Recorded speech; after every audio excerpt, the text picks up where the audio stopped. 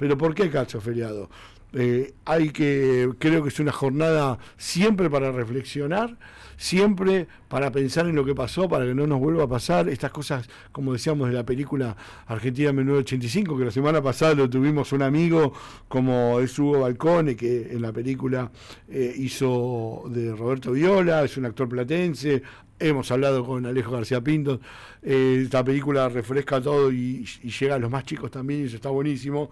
Pero mañana es 24 de marzo, el día de la memoria, y hay que recordar lo que pasó del 76 para acá, porque como tenemos en un montón de lugares, como yo dije, tipos, unos imbéciles como Milei, como Fernando Iglesias, que andan diciendo, son 30.000, tráeme la lista. Entonces lo que ellos buscan es generar violencia con esas cosas. Lo que uno tiene que hacer es devolver de otra manera, seguir su camino y dejarlos que se pudran solos.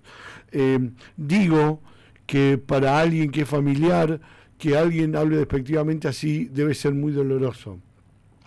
Queremos encararlo esto desde diferentes lugares. Yo elegí encararlo y para mí es un placer enorme, porque él creo que sabe lo que lo quiero y lo admiro, que está acá en el piso con nosotros en Radio Capital, el periodista, el escritor Julio Ferrer. Julio ha escrito un montón de libros de todo, y también tienes familiar de desaparecido. Así que, Julio, gracias por estar acá.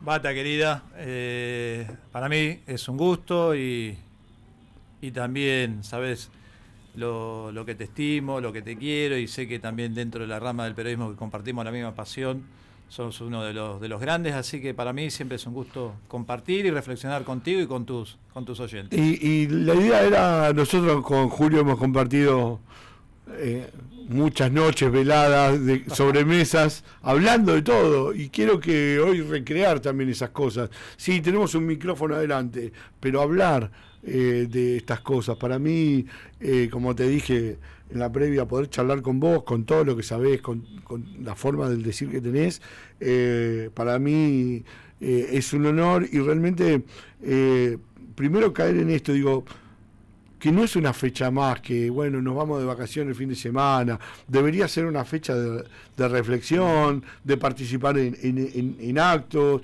de pensar en los que por ahí has conocido y que era compañero del barrio y desapareció. En tu caso, tener un familiar, lamentablemente no es la generalidad eso. No, claro. Yo, para que los oyentes puedan comprender cómo es mi caso en relación con víctimas de terrorismo de Estado de la última dictadura cívico-militar que asoló nuestro país del año 1976 a 1983.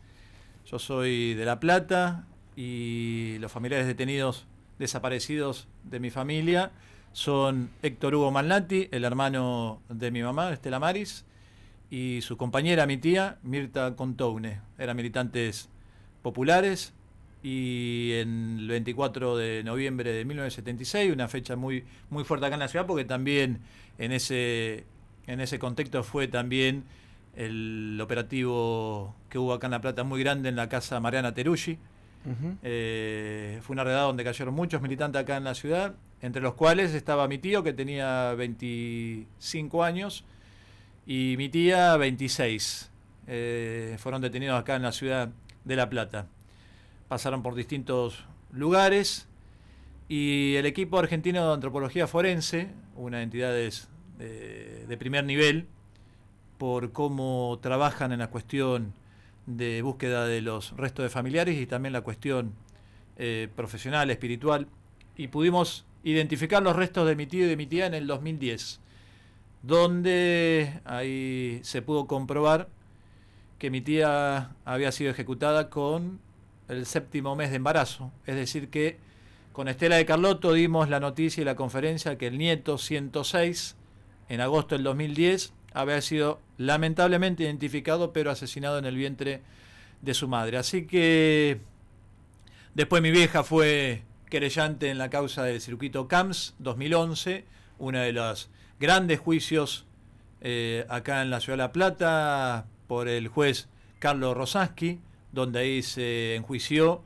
y se llevó la primera condena a uno de los primeros civiles de la dictadura cívico-militar, que fue Jaime Esmar, ministro también de gobierno de Ibérico Sanjam, que en ese entonces era gobernador. Así que bueno, un poco esa es mi historia ligada al terrorismo de Estado, y después obviamente mi profesión me ha llevado a reivindicar la política de derechos humanos, a trabajar y sentir y admirar enormemente, creo que son los emblemas de la historia política argentina, que son las madres y las abuelas de Plaza de Mayo, que para mí son el símbolo máximo de la lucha por la reivindicación y la reconstrucción de la memoria, la verdad y la justicia. Hablaba de cómo cala en una familia que no vuelve a ser la misma, porque va a haber cumpleaños donde falte uno, fiestas donde falte uno, y va a estar eso dentro de toda la vida para la familia, hasta que vos sos grande y empezás a entender de por qué hay cosas que a veces los grandes, cuando éramos chicos, lo hablaban medio aparte para que no escuchemos nosotros. Digo, empezás a entender, y por medio de la profesión por la cual te inclinaste, que es el periodismo, también empezaste a caminar por ese lado, ¿no?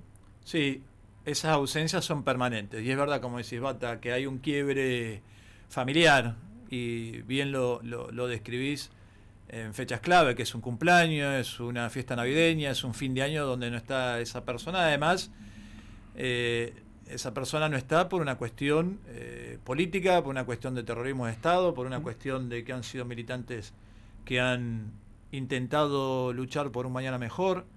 Así que no todos reciben de la misma manera, los familiares, la partida y la desaparición física de un integrante de la familia. Hay algunos que se sumen en la depresión, hay algunos que se sumen en el olvido, pero después estamos algunos que sí reivindicamos esa historia de los 30.000 compañeros, reivindicamos la lucha política de los compañeros, y además seguimos en la lucha mediante otros métodos políticos, ese mañana que ellos anhelaban, es decir, una sociedad justa, una sociedad que haya distribución del ingreso, una sociedad donde pueda haber educación segura, una salud, vivienda y también acceso a la cultura en general.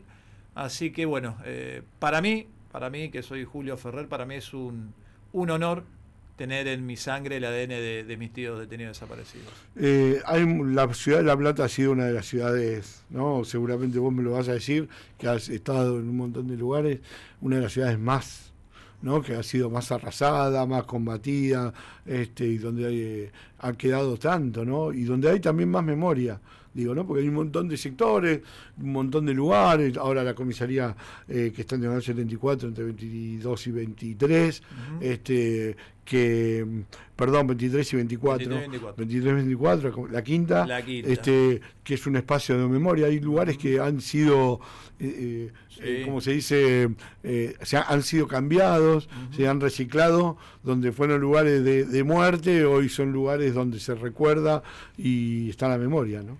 Sí, sí. Ahí justo que nombrabas uno de los espacios de la memoria último que se hizo, que es la ex comisaría quinta, ahí estuvo también mi tío, así que tiene una cuestión también emocional de mucha fuerza. Y retomando lo que decías vos de la película 1985, creo que también tiene que haber política de Estado, ¿no? Porque ahí hay un antes y un después también en esos procesos de dictaduras que ha sufrido nuestro país durante muchos años, no solamente la del 76 al 83, se la analiza en su dimensión porque fue una política de exterminio, ¿no? Más de 400 campos de concentración, vuelos de la muerte, apropiación de bebés, maternidades clandestinas. Son holocausto al nivel de lo que fue el Shoah o el genocidio nazi con los judíos, como en otros países. Pero la Argentina ha sufrido varias dictaduras políticas, culturales, durante parte del siglo XX. A partir del 1930, el primer golpe militar a Uriburu, que hizo Uriburu en el 30 contra Irigoyen. Pero creo que hace años, a partir de lo que fue el gobierno de Néstor Kirchner, a partir del 25 de mayo del 2003, empezó a haber política de Estado como y para reivindicar y estudiar, ¿no? En lo que fue esa etapa oscura en nuestro país. Y ha habido avances en ese sentido. Creo que en los colegios primarios hace muchos años y en los colegios secundarios se estudia el periodo más sangriento de nuestra historia.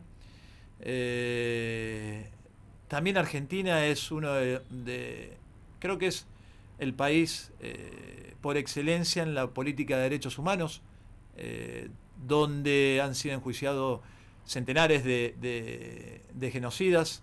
La política de justicia universal y justicia también se ha dado en este país. Es el primer caso en el mundo porque el nazismo, cuando llevaron al banquillo a los jerarcas nazis, se hicieron en tribunales internacionales, es decir, en Estados Unidos o en Israel. Pero acá en Argentina se ha hecho propio en los propios tribunales del país. Yo creo que ha habido avances, yo creo que hay que seguir estudiando esta cuestión del terrorismo de Estado para que no se vuelva a repetir y esperemos que las distintas generaciones vayan entendiendo, comprendiendo que nunca más tiene que ser en serio. Lo nombrabas a Néstor Kirchner y digo que hay pocas imágenes más potentes que cuando Néstor Kirchner hace bajar los cuadros, ¿no? Creo que esa imagen, los cuadros de los represores y de estos militares, creo que hay una imagen, no puede haber una imagen más clara que esa. No, claro. ¿No? Claro. Ahí Néstor empieza a hacer unas políticas de Estado muy fuertes. Y esto lo estoy hablando yo sin tener una línea. No vengo de un riñón ni del Partido Justicialista, ni soy de riñón kirchnerista. Soy un hombre que brega por la justicia social y acompaño todos los proyectos nacionales y populares. En ese entonces Néstor representaba derechos inclusivos y demás, entonces uno acompañó, y más los que venimos de familiares detenidos. Él tuvo gestos políticos muy fuertes que no habían tenido otros primeros mandatarios. Y lo que decís vos, Bata, tiene una simbología muy fuerte, porque eso lo hizo también tomar la ESMA, que es uno de los centros clandestinos más terroríficos, donde pasaron más de 5.000 detenidos desaparecidos, donde el amo y señor ahí fue Emilio Eduardo Macera, y ahí Néstor tomar ese centro clandestino y reconvertirlo en un centro de vida como es hoy el Espacio de la Memoria en la ex ESMA, y como decías vos, ese hecho simbólico de bajar cuadros de dictadores tuvo un inicio muy fructífero, sembró mucho Néstor. Los familiares de detenidos desaparecidos tenemos una reivindicación hacia esa política de derechos humanos. Creo que él sembró y plantó una bandera muy importante, y ojalá que los diferentes mandatarios que puedan seguir hagan la misma política en derechos humanos. ¿Cómo se vive cada 24 de marzo? ¿Hay en algún momento, algún 24 de marzo, yo digo, el recuerdo de los familiares siempre está a los 365 días, pero ¿hay algún 24 de marzo diferente a otro? Digo que por ahí, no digo que lo vivas con alegría, pero por ahí como se van consiguiendo cosas, hay algo de paz. Digamos, decís, bueno, se enjuiciaron estos tipos, hay algo de paz. Se encontró los restos de tu tío, están sepultados como debe ser, los pudieron encontrar y su familia saben dónde poder ir a llevarle una flor. Tienen algo de paz. Esta herida no va a cerrar nunca, pero claro, algunas veces se puede ir alivianando ese dolor o transformándolo en algo. Mira, todos los 24 son distintos. En mi caso particular, con mi familia, reivindicamos, como te decía, la lucha de los compañeros, de los 30.000, pero también lo vamos llevando a los contextos políticos históricos, es decir, también vamos analizando la coyuntura actual, y hay momentos políticos donde hay avances significativos en muchos derechos que eran los que luchaban los 30.000, y a veces hay momentos políticos coyunturales que generan desconfianza, generan dolor, generan tristeza. Por ejemplo, este 24 de marzo, si bien hay un gobierno hay un frente político que es el Frente de Todos, con algunas retrocesos en políticas, pero obviamente no queriendo que gane ningún sistema político que esté relacionado con la derecha, ¿no? Pero neoliberales no. No, claro. pero cuando uno ve algunas cuestiones que están medias estancadas, políticas inflacionarias, políticas laborales, que está difícil para los sectores más vulnerables, tiene un sinsabor. Nosotros seguimos reivindicando esa lucha, seguimos apoyando a los gobiernos nacionales y populares, pero exigimos también, como familia de detenidos desaparecidos, que se logre y que podamos tener, no digo un paraíso, pero sí un país donde podamos vivir en plena democracia. Estamos hablando con Julio Ferrer, periodista, escritor platense, y hablando sobre este 24 de marzo. Hasta acá la charla formal. Julio se va a quedar. Te vas a quedar porque acá la jefa trajo almuerzo. Después me tenés que pasar para agradecer. Ah, ya empezaron. Arranque sin mí se llama eso. Bueno, Julio, te quedás, ¿no? Te quedás, quedo con gusto. Porque después de un ratito vamos a retomar el 24 de marzo, porque acá tenemos una sección que se llama Ranking Incierto. Son canciones que nadie sabe quién la pone, pero bueno, hoy tienen que ver con el 24 de marzo. Así que, y queda mucho. Esto es Modo Bata. Gracias, Julio. Te quedás, pero gracias por la charla.